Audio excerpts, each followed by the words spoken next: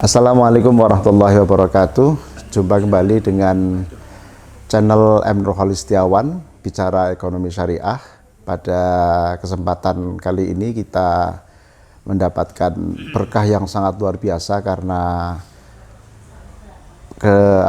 diterima sebagai tamu ya oleh beliau yang terhormat Kiai Haji Mahmud Ali Zain, founder Baitul Mal wa Tamwil, usaha gabungan terpadu Sitogiri, Pasuruan, yang masyarakat pesantren khususnya secara nasional sudah sangat mafhum ya bagaimana kiprah dari BMT tersebut sebagai lembaga keuangan syariah yang tentu karena namanya adalah Baitul Mal wa Tamwil, maka kerjanya kemudian operasionalnya tentu sudah berprinsip syariah. Sehingga pada kesempatan kali ini saya mendapatkan kehormatan untuk bisa mewawancarai beliau untuk menggali informasi lebih mendalam bagaimana dulu rintisan BMT segala macam, lalu sekarang seperti apa dan seterusnya. Kita sapa dulu. Assalamualaikum warahmatullahi wabarakatuh. Waalaikumsalam warahmatullahi wabarakatuh. Alhamdulillah. Iya, kami ini Pak Yai ingin mendapatkan informasi yang langsung dari sumbernya karena penjenengan adalah pendiri ya BMT UGT Sitogiri begitu ya, setahu saya tahun 2020 ya dimulai, lalu kemudian sekarang capaian asetnya sudah sampai dengan tahun 2018 sudah mencapai 2,25 triliun. Saya kira angka yang tidak sedikit dan yang membanggakan adalah ini komunitas pesantren, ekonomi pesantren dan bisnis pesantren. Mungkin bisa diceritakan bagaimana dulu awal rintisannya ya. Terima kasih.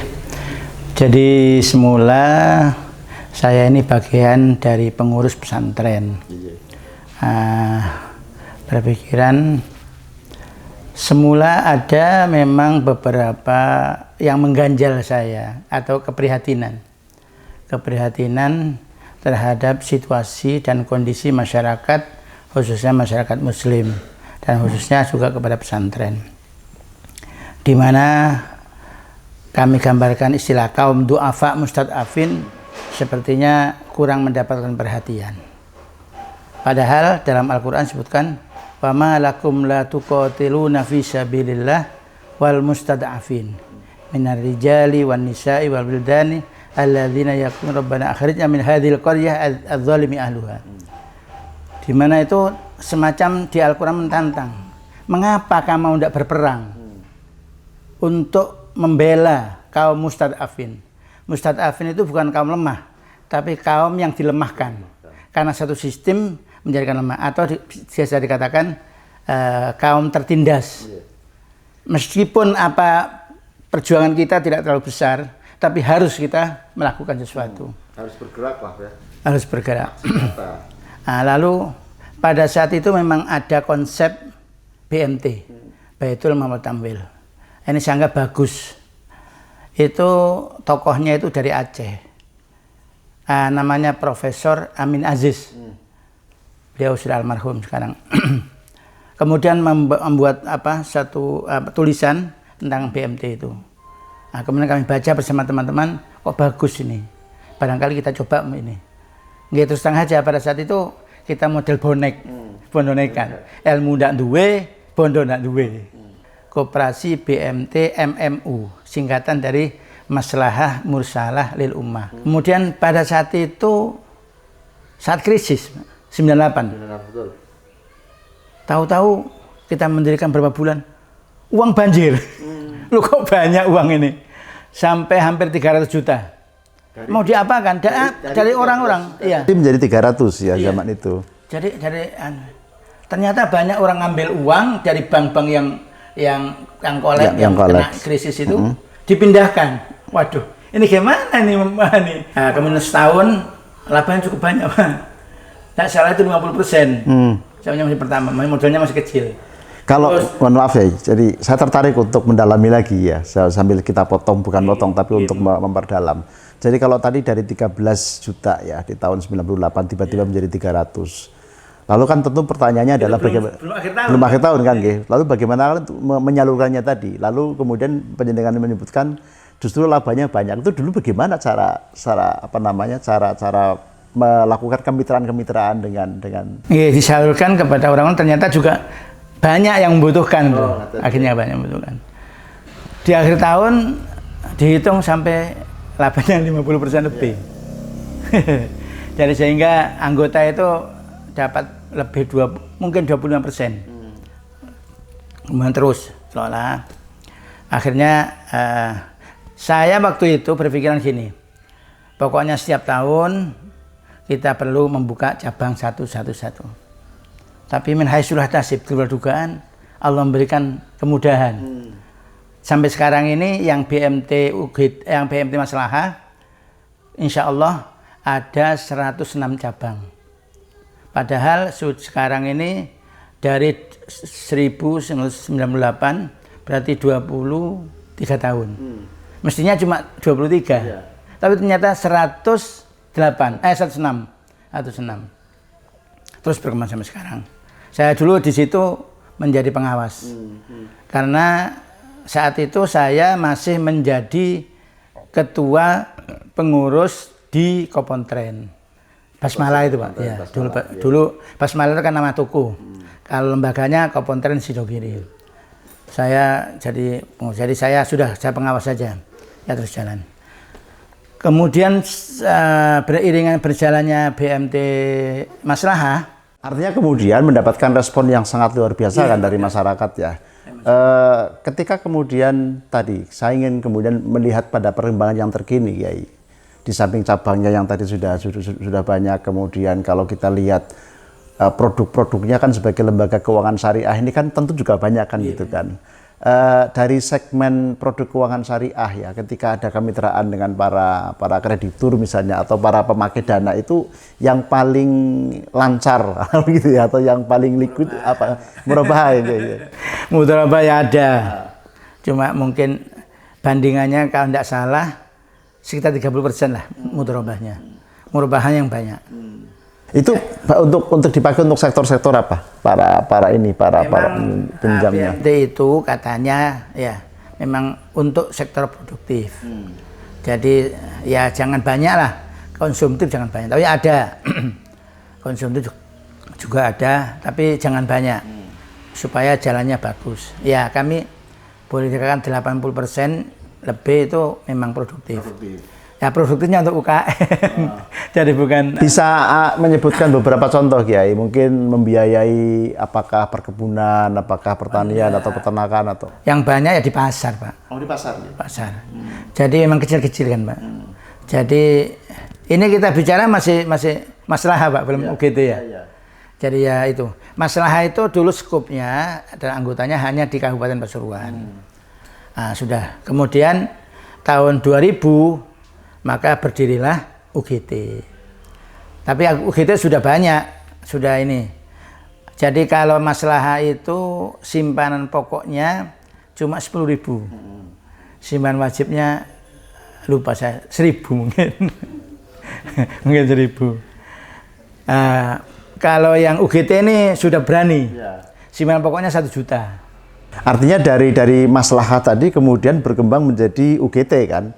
Atau seperti berdiri. Oh, berdiri. Berarti sesuatu yang baru ya, untuk UGT-nya. Oh. Maslahah tetap ada, terus UGT ada. Begitu ya. Apalagi tadi penjenengan sebutkan asetnya sudah 2,25 triliun sampai sekarang misalnya begitu. Itu artinya kan liquid ya, punya kekuatan modal untuk membiayai para mungkin pengusaha kecil menengah atau mungkin juga petani yang mungkin dia butuh dana cukup besar untuk membiayai sektor pertanian yang modern misalnya begitu itu kan. Mungkin jenengan bisa menceritakan kasus-kasus yang cukup menarik lah. Kalau kita tarik ke belakang sampai 2019, UGT itu punya cabang 286 di 8 provinsi karena sudah pindah ke nasional. Jadi Maslahah pindah ke provinsi, kemudian UGT ke nasional. Jadi sama-sama naik kelas. Sama naik kelas ya. Maka punya anggota di lebih 10 provinsi, cuma cabangnya di 10 provinsi. Jadi Jawa Timur, Bali, Kalimantan Barat, Kalimantan Selatan, Kalimantan Timur, Kalimantan Tengah, Kalimantan semuanya. Dulu belum ada utara. Kemudian Jawa Barat, Jakarta, terus Sumatera, Lampung, dan Riau. Jadi ada 10, 2019. Rupanya sampai sekarang belum tambah provinsinya. Jadi sudah 286 cabang, Pak. Kalau di kita ya yang kita ingin perbincangkan lebih mendalam itu kan kaitannya dengan ekonomi syariah, di mana ini kan kita punya dua sistem yang sama-sama berjalan. Satu ekonomi non syariah begitu ya, dengan perbankan yang juga non syariah begitu. Kemudian ekonomi syariah yang tentu dengan prinsip syariah, termasuk lembaga-lembaga keuangannya begitu ya. Nah, otomatis misalnya kalau sudah ada pengalaman BMT UGT tadi begitu ya, terkait pembiayaan sektor properti misalnya, kemudian ya hal-hal yang sifatnya kelihatan lah begitu dari sisi angka, itu ada pengalaman menarik nggak di situ ya? Artinya katakanlah begini, ada seseorang yang kemudian tertarik untuk katakanlah mengajukan kredit gitu ya kepada BMT untuk membiayai properti misalnya begitu kan. Sudah ada kasus-kasus seperti itu. Sebetulnya pengalamannya banyak, Pak, yang menarik. Cuma gini, Pak, perlu dipahami bahwa koperasi ini ada istilahnya manajer. Jadi di UGT itu dulu ada manajer, kemudian diganti direktur ya. Jadi pengurus ini memang tidak memegang kendali langsung. Tidak melakukan operasional. Kan gini, Pak, di koperasi itu ada dua. Ada kelembagaan, ada usaha. Nah, usaha ini diserahkan kepada manajer dan direktur. Kemudian lembaga ini ditangani oleh pengurus. Nah, maka untuk operasional mengenai tentang pelaksanaan dari hariannya memang direktur itu. Jadi direktur yang melaksanakan itu. Nah, cuma membuka cabang-cabang nggak lepas mesti harus dengan pengurus. Jadi kelembagaan dipegang oleh pengurus. Kemudian operasional oleh manajer. Kemudian diganti dengan direktur. Kalau saya tadi mencoba melihat capaian aset sampai dengan 2,25 triliun sampai dengan tahun 2018 ya, di mana penjenengan dulu di sana. Ini kan tentu hasil atau akumulasi dari keberhasilan kan, keberhasilan membantu pembiayaan para pelaku usaha kan begitu ya. Sekaligus juga mendapatkan revenue kan begitu kan. Ya secara apakah murabahah, apakah mudharabah, ataukah yang lain atau musyarakah misalnya begitu ya. Nah, oleh karena itu ada pengalaman kegagalan nggak, Kiai? Ketika misalnya BMT ini memberikan pinjaman modal ya kepada pelaku usaha gitu. Ada ya. Jadi dari 286 itu ada yang minus. Ya, cuma yang lainnya kan masih plus. Sehingga bisa menutupi ya. Ada banyak itu, Pak. Jadi kita nggak nutupi itu ya mesti ada. Antara lain dari yang cabang yang minus itu ya karena kegagalan itu kan gitu, Pak. Jadi MPF, istilahnya dia MPF. Apa MPF? Karena kan modalnya kan betul-betul kepercayaan kan ketika kepercayaan. Misalnya kalau kita sedikit masuk ke teori lah begitu ya. Ada apakah murabahah, apakah mudharabah, yang sulit kan di mudharabah menurut saya kalau dari sisi akademisi ya, karena harus betul-betul mampu mencari mudharib champion. Biasanya mudharabah itu tidak terlalu besar. Ya. Persenya kan terlalu besar. Ya. Karena mungkin 10 juta ke bawah. Gitu. Jadi kan di atas itu murabahah. Kalau yang di atas itu murabahah. Jadi ini salah satu strategi sustainability. Sebenarnya memang sulit untuk memantau ya.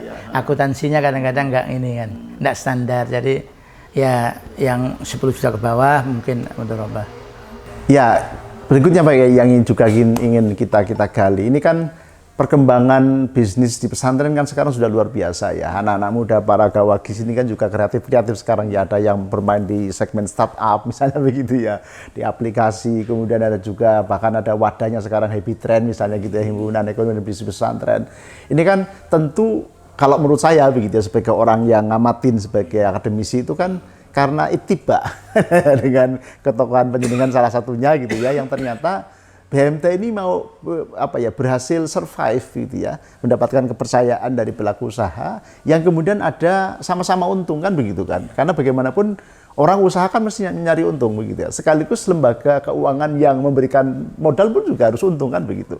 Jadi Pak, kami berusaha untuk istilah saya mengawinkan praktisi dengan akademisi. Itu memang selalu. Kenapa? Pikiran saya, akademisi itu pemikirannya ke langit. Jadi Eropa, Amerika ini. Kadang-kadang tidak sampai membumi. Ya. Praktisi membumi, tidak sampai ke langit. Jadi kami ingin kawinkan.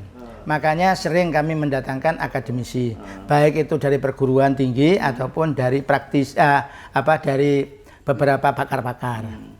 Praktisinya kami juga ngundang orang-orang perbankan yang punya pengalaman ini untuk bisa kita kolaborasi di situ. Jadi ini diantaranya. Kemudian saya mencoba untuk begini, orang yang sukses ini siapa? Jelas, menurut Muslim adalah Rasulullah. Kemudian Rasulullah itu sifat wajibnya apa? 4. Siddiq, amanah, tabligh, fatonah. Jadi kalau ingin kita jadi sukses, maka harus mempunyai 4 sifat itu. Dan ikuti apa yang dilakukan Rasulullah. Dia bisa membaca tanda-tanda zaman lah gitu ya. Profesional. Profesional itu adalah berdasarkan ilmu yang dipraktekkan. Kalau ilmu saja belum dikatakan profesional. Profesional ilmu yang dipraktekkan. Praktek saja tanpa ilmu itu belum profesional, belum fatonah. Makanya saya katakan akademisi dengan ini kan gitu. Jadi ilmunya itu dari akademisi. Terakhir, Yai, mohon maaf, karena segmen kita memang nggak boleh terlalu panjang gitu ya. Dengan perkembangan yang dialami oleh BMT tadi, dari mulai yang katakanlah maslahah tadi itu kan, yang skalanya kecil, kemudian sama-sama naik kelas, begitu membentuk UGT, Situ Kiri tadi itu, ini kan lalu juga menjadi semacam pencerah bagi generasi-generasi muda lah, terutama para gus-gus pesantren jaga wakis itu, yang kemudian mereka juga memiliki geliat yang sangat luar biasa dalam bukan hanya ekonomi tapi juga bisnis pesantren. Menurut pengamatan panjenengan sebagai pelaku ya, sekaligus juga orang yang lama menggeluti tentang koperasi, demikian juga dengan prinsip syariah tadi itu, kira-kira menurut panjenengan akankah ekonomi syariah di Indonesia itu akan memiliki masa depan yang cerah ya? Ya, saya kira kalau saya Pak, ya optimis saja. Dan harus optimis memang, iya. Kemudian ini Pak, ada hal yang biasanya jarang diinginkan. Kami ada keinginan membahagiakan atau manfaat tiga pihak. Pemodal merasa manfaat, pekerja merasa manfaat, masyarakat merasa manfaat dengan adanya BMT ini. Pemodal itu di koperasi namanya anggota. Alhamdulillah kami selama 18 tahun, terlalu lama sebetulnya itu. Pada waktu terakhir kami kan mengundurkan diri. 18 tahun dari tahun 2000 sampai 2016 itu SHU yang diterima anggota tidak pernah di bawah 15%. Itu kan membahagiakan kepada anggota, pemodal anggotanya. Kemudian kami ingin membahagiakan pekerja, karyawan. Karyawan kami itu 1.600 Pak. Ini 3 tahun sebelum saya berhenti itu kami cita-citanya, saya ingin karyawan ini paling bawah adalah UMR yang paling mahal di Jawa Timur. UMR Jawa Timur yang paling mahal adalah Surabaya. Surabaya saat tahun 2016 itu 4.200.000. Karyawan kami yang paling bawah, OB, sopir, ya driver, itu di atas itu, jadi 4,5 juta. Ini ke atasnya sampai 14 level, jadi ada 14 level. Direktur itu sudah bisa kami bayar 40 juta, Pak. Kemudian 30 juta ya. Jadi alhamdulillah itu sudah. Jadi artinya apa? Kemudian ketiga ke masyarakat, Pak. Masyarakat itu adalah kami punya zakat. Dan kami punya dana sosial, itu CSR. Beda nih Pak, zakat dengan CSR beda. Kalau zakat itu diambil laba akhir tahun, kemudian dipotong zakat, dipotong pajak, kemudian SHU. Kalau dana sosial atau CSR, itu adalah bagian dari SHU. SHU itu ada 6. Ya, salah satu 6 ini adalah dana sosial. Itu kami pernah zakatnya 8 miliar lebih. CSR-nya 10 miliar. Jadi pondok pesantren ya, Pondok Pesantren Kiri itu enggak diberi zakat, tapi diberi CSR atau dana sosial. Kalau waktu itu sampai 4 miliar. Lainnya dibagi, Pak. Alhamdulillah. Ini yang saya kira menarik ya, sekaligus menutup segmen perbincangan kita, Kiai. Jadi BMT terutama UGT Sidogiri ini kan punya apa namanya? Punya kemuliaan yang luar biasa menurut saya karena memuaskan pemodal gitu ya, kan. Mereka happy begitu ya sebagai pemodal, yakni anggota tadi itu ya. Kemudian yang kedua karyawan, mereka juga bisa bekerja dengan baik, dan tentu karena kesejahteraannya tercukupi pasti punya dedikasi yang lebih begitu ya. Lalu yang kita tuh masyarakat tadi itu. Jadi ini saya kira ada jelas sekali kita bisa menemukan unsur keberkahan tadi Pak dalam kegiatan atau berekonomi secara syariah. Terima kasih Kiai atas waktunya dan atas obrolan dan atas pencerahannya. Saya kira cukup sekian, dan kita sama-sama sudah mendengarkan penjelasan dan juga informasi yang sangat luar biasa. Mudah-mudahan bisa juga mencerahkan kita. Terima kasih. Assalamualaikum warahmatullahi wabarakatuh. Waalaikumsalam warahmatullahi wabarakatuh.